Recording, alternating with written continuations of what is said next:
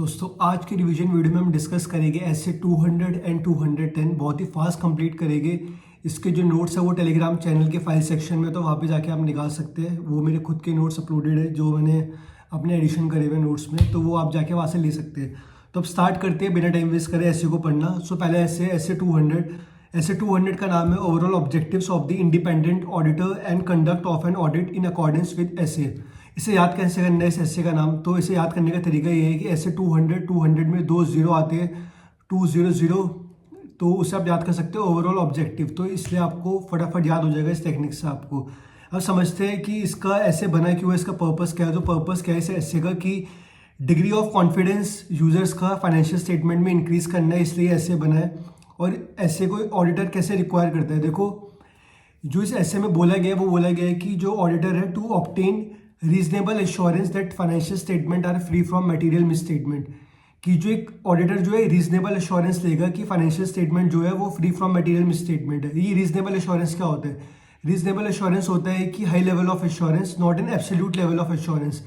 Auditor कभी नहीं बोल सकता कि वो 100% सही है अपनी, मतलब कोई भी गलतियां नहीं है फाइनेंशियल स्टेटमेंट में। वो बोलेगा एक हाई लेवल ऑफ एश्योरेंस है जिससे हम बोलते हैं रीजनेबल लेवल ऑफ एश्योरेंस। तो ये बात होती है रीजनेबल लेवल ऑफ एश्योरेंस की। अब एक क्वेश्चन आता है एग्जाम में काफ़ी बार कि premise on which audit is conducted, या फिर responsibilities of management and TCWG। तो ये क्वेश्चन बार बार आता है और काफ़ी इजी आंसर है इसका, तो हम इसे पढ़ते हैं। सो पहला प्रीमाइस का मतलब होता है assumptions on which an audit is conducted. तो पहला पॉइंट इसमें क्या है कि preparation and presentation of financial statement as per financial reporting framework. Responsibility है ये मैनेजमेंट की, जो भी फाइनेंशियल स्टेटमेंट को जो बना रही है उसे FRF के अकॉर्डेंस से बनाना है अपने फाइनेंशियल स्टेटमेंट को। उसके बाद जो पॉइंट लिखा है include design implementation maintenance of internal control, वो आप लिख सकते हैं। सेकंड पॉइंट है to provide the auditors with, auditors को क्या प्रोवाइड करना है मैनेजमेंट को? 3 चीज़ें प्रोवाइड करनी है। AAU एडिशनल, वो all information, additional information, unrestricted access sorry unrestricted access किस चीज़ का? कोई भी उसे एविडेंस ऑब्टेन करना है ऑडिटर को, तो उसके लिए अनरिस्ट्रिक्टेड एक्सेस मिलता है ऑडिटर को। अब आता है एक MCQ वाला क्वेश्चन जिसमें होता है कि प्रोफेशनल जजमेंट और प्रोफेशनल स्केप्टिज्म का मतलब।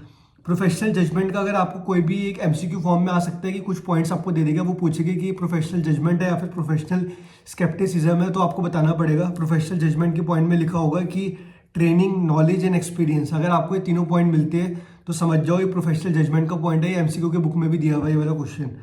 एक आता है प्रोफेशनल स्केप्टिसिज्म का क्वेश्चन। अगर आपका लिखा हुआ है क्वेश्चनिंग माइंड या फिर बीइंग अलर्ट टू कंडीशन, तो आप समझ जाओ कौन सा वाला पॉइंट है। अब आता है कि inherent limitations for an audit, कौन कौन सी लिमिटेशंस है ऑडिट की। देखो नेचर ऑफ फाइनेंशियल रिपोर्टिंग जो है उसमें जजमेंट इन्वॉल्व होता है मैनेजमेंट का। फर्स्ट पॉइंट जो नेचर ऑफ फाइनेंशियल रिपोर्टिंग है उसमें जजमेंट इन्वॉल्व होता है मैनेजमेंट का। सेकंड पॉइंट है ऑडिट प्रोसीजर्स जो होते हैं वो है directed towards obtaining reasonable assurance, not an absolute level of assurance but reasonable level of assurance. तीसरा पॉइंट क्या है कि management expects to get audit report done within reasonable time and cost. Management चाहती है कि audit report मिले एक limited time frame में और एक लिमिटेड कॉस्ट में, जिससे क्वालिटी हैम्पर हो सकती है। तो ये थे लिमिटेशंस ऑडिट के। तो एक जो प्रीमाइस वाला क्वेश्चन था वही सेम क्वेश्चन उठ के आता है ऐसे 210 में जो हम पढ़ेंगे अभी। तो हम स्टार्ट करते हैं ऐसे 210। ये भी काफ़ी इजी ऐसे है, बट इससे भी कुछ पॉइंट उठ के एज इट इज एग्जाम में आ जाते हैं, मतलब स्ट्रेट फॉरवर्ड क्वेश्चन इससे भी आते हैं। तो इसका नाम पहले समझते हैं हम। ऐसे 200 का नाम है agreeing the terms of audit engagement. So 2101 जो है उसे आप समझ सकते हैं terms, audit the agreeing the terms of audit engagement. तो याद करने के लिए टेक्निक हो सकती है। आप समझते हैं objective of auditor, how to decide whether to accept और कंटिन्यू ऑडिट एंगेजमेंट, कैसे डिसाइड करें कि एंगेजमेंट को एक्सेप्ट करना है या फिर कंटिन्यू करना है। सो पहला पॉइंट तो ये है कि आप देखो कि प्री कंडीशंस क्या प्रेजेंट है। प्री कंडीशंस को हम आगे समझेंगे, प्री कंडीशंस क्या होती है, क्या प्री कंडीशंस अवेलेबल है, क्या there is common understanding between auditor and management, क्या कॉमन अंडरस्टैंडिंग है मैनेजमेंट और ऑडिटर में, अगर है तो बहुत बढ़िया एक्सेप्ट कर लो। ये दोनों पॉइंट्स का होना जरूरी है। अब देखते हैं प्री कंडीशंस क्या है। देखो प्री कंडीशंस वही है जो हमने पहले पढ़ी थी अपने पुराने वाले वो ऐसे में जो था ऐसे 200, जो हमने पढ़ा था premise on which audit is conducted. ठीक है, वही सेम पॉइंट है जहाँ पढ़ेंगे, बस 1-2 पॉइंट एडिशनल आ रही है, बस उसे ऐड करने और क्वेश्चन खत्म। प्री कंडीशन और प्रीमाइस सेम क्वेश्चन है, तो आप अगर एग्जाम में आते हो तो आप दोनों में से लिख सकते हैं, वो सेम ही है। थोड़ा अगर प्री कंडीशंस का पॉइंट आता है, आपको एक दो बातें और लिखनी पड़ेगी। पढ़ते हुए एक दो बातें क्या है कि determine whether FRF applied in preparation of financial statement acceptable. FRF जो है वो एक्सेप्टेबल है कि नहीं है, ये वाला एक एक्स्ट्रा पॉइंट है। बाकी दो सेम पॉइंट है। Management technologies and understanding responsibility की preparation and presentation of financial statement is as per FRF, तो ये तो सेम पॉइंट आ गया। To provide the auditors with AAU all information, additional information, unrestricted access. अब आते हैं थर्ड क्वेश्चन में, जो कि इंपॉर्टेंट क्वेश्चन है। Limitation on scope impose prior to audit engagement acceptance. Audit engagement accept करने से पहले ही लिमिटेशन लगा दी। अब देखो लिमिटेशंस में क्या होता है कि अगर मैनेजमेंट या टीसीडब्ल्यूजी ने लिमिटेशन लगा दी जिससे हमें डिस्क्लेमर देना पड़ रहा है। डिस्क्लेमर क्या होता है कि when we are not able to obtain sufficient and appropriate evidence, जिसकी वजह से हम अपना ओपिनियन फ्रेम नहीं कर पा रहे और जिसका इम्पैक्ट है मटेरियल एंड परवेसिव, तो in that case we give disclaimer. अगर हम डिस्क्लेमर दे रहे हैं तो हमें वो एक्सेप्ट नहीं करना है असाइनमेंट, जिससे हमें डिस्क्लेम करनी पड़ी रिपोर्ट, तो वो हम एक्सेप्ट ही नहीं करेंगे एंगेजमेंट को। सबसे पहली बात तो ये, अनलेस रिक्वायर्ड बाय लॉ और रेगुलेशन, अनलेस हमें फोर्सफुली हमें एक्सेप्ट करना पड़ रहा है थ्रू लॉ और रेगुलेशन। अगर प्री कंडीशंस अवेलेबल नहीं है, प्रेजेंट नहीं है, देन डिस्कस विद मैनेजमेंट कि भैया आपकी प्री कंडीशंस अवेलेबल नहीं है, तो मैनेजमेंट से डिस्कस करिए। आपको एक्सेप्ट कम नहीं करना है। अगर अनएक्सेप्टेबल एफआरएफ है, financial reporting framework. Financial reporting framework क्या होता है? फाइनेंशियल रिपोर्टिंग फ्रेमवर्क होता है कि आपने जो इंडेस या फिर आप एएस को जो पैटर्न है वो आप फॉलो कर रहे हैं नहीं कर रहे हैं, जो भी कंपनी में अप्लाई होता है एएस या फिर इंडेस। दूसरा पॉइंट ये, बी पॉइंट ये है कि management does not agree with responsibility, तो ये वाला खत्म होता है question. Limitation on scope impose prior to audit engagement acceptance.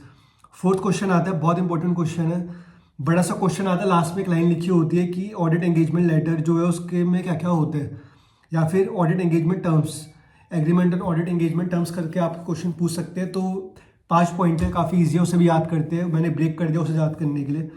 तो पहला, अगर कोई पूछता है आपसे ऑडिट एंगेजमेंट लेटर में क्या क्या आता है, तो आपको पहले बताना है कि रिस्पॉन्सिबिलिटीज़ आती है। रिस्पॉन्सिबिलिटी किसकी आती है? रिस्पॉन्सिबिलिटी आती है ऑडिटर की, रिस्पॉन्सिबिलिटी आती है मैनेजमेंट की। 2 पॉइंट खत्म आपके। Responsibility of management, responsibility of auditor.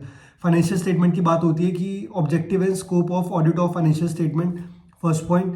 Then second point आता है कि applicable FRF for presentation of financial statement, ये भी खत्म। फाइनेंशियल स्टेटमेंट से 2 पॉइंट आते हैं, ऑब्जेक्टिव एंड स्कोप, सेकंड आता है एप्लीकेबल एफआरएफ। फिफ्थ पॉइंट आता है कि reference to the expected form and content of audit report. क्या reference to the expected form and content of audit report भी उसमें लिखना पड़ेगा आपको। तो ये 5 पॉइंट खत्म हो जाते हैं, रिस्पॉन्सिबिलिटीज मैनेजमेंट की और ऑडिटर की। और फाइनेंशियल स्टेटमेंट से 2 पॉइंट आते हैं, objective and scope, applicable FRF. तीसरा आता है ऑडिट रिपोर्ट का पॉइंट। अब आता है एक next question, question number 5, factors where it is appropriate to revise the terms of engagement. कौन कौन से फैक्टर्स है जहाँ पे हमें रिवाइज करना पड़ेगा टर्म्स ऑफ एंगेजमेंट, तो ये समझते हैं इस पॉइंट को।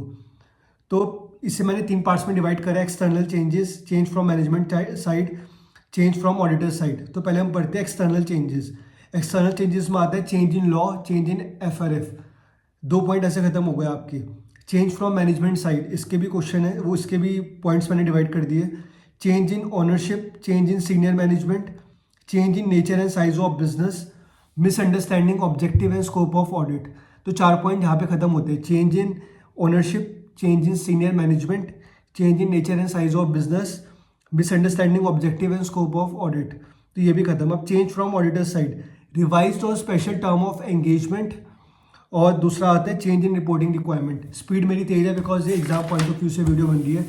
नेक्स्ट क्वेश्चन आएगा अब auditor duty when management request change in term.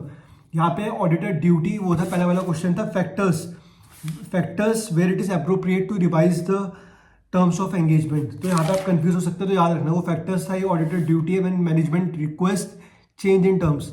अगर मैनेजमेंट ने रिक्वेस्ट करा कि चेंज इन टर्म्स होने चाहिए, तो ऑडिटर डिटरमाइन करेगा कि उसका इफेक्ट ऑन एश्योरेंस, एंड अगर उसका रीजन फॉर चेंज अगर जस्टिफाइबल है तो ऑडिटर एक्सेप्ट कर लेगा न्यू टर्म को, डॉक्यूमेंट करेगा उसे। अगर चेंज जस्टिफाइबल है तो ऑडिटर उसे एक्सेप्ट करेगा, न्यू टर्म को डॉक्यूमेंट करेगा और enter into revised engagement letter.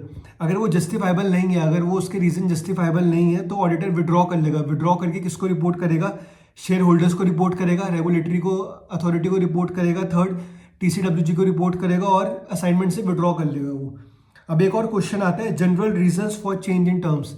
काफ़ी ईजी है, इसके मैंने निमोनिक भी बना रखा है, general reasons for change in term.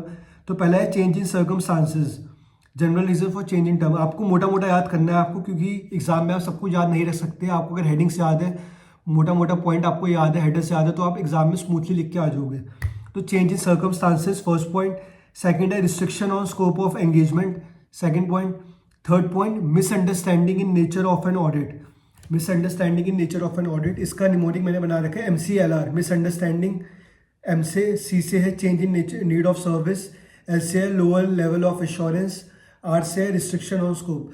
तो यहाँ पे खत्म होता है ऐसे 200 एंड 210। तो आपको अगर पसंद आया हो ऐसे तो वीडियो को लाइक कर देना और मुझे बताना है कि आपको पसंद आए कि नहीं आए। So thank you very much for watching this video. Bye bye, take care.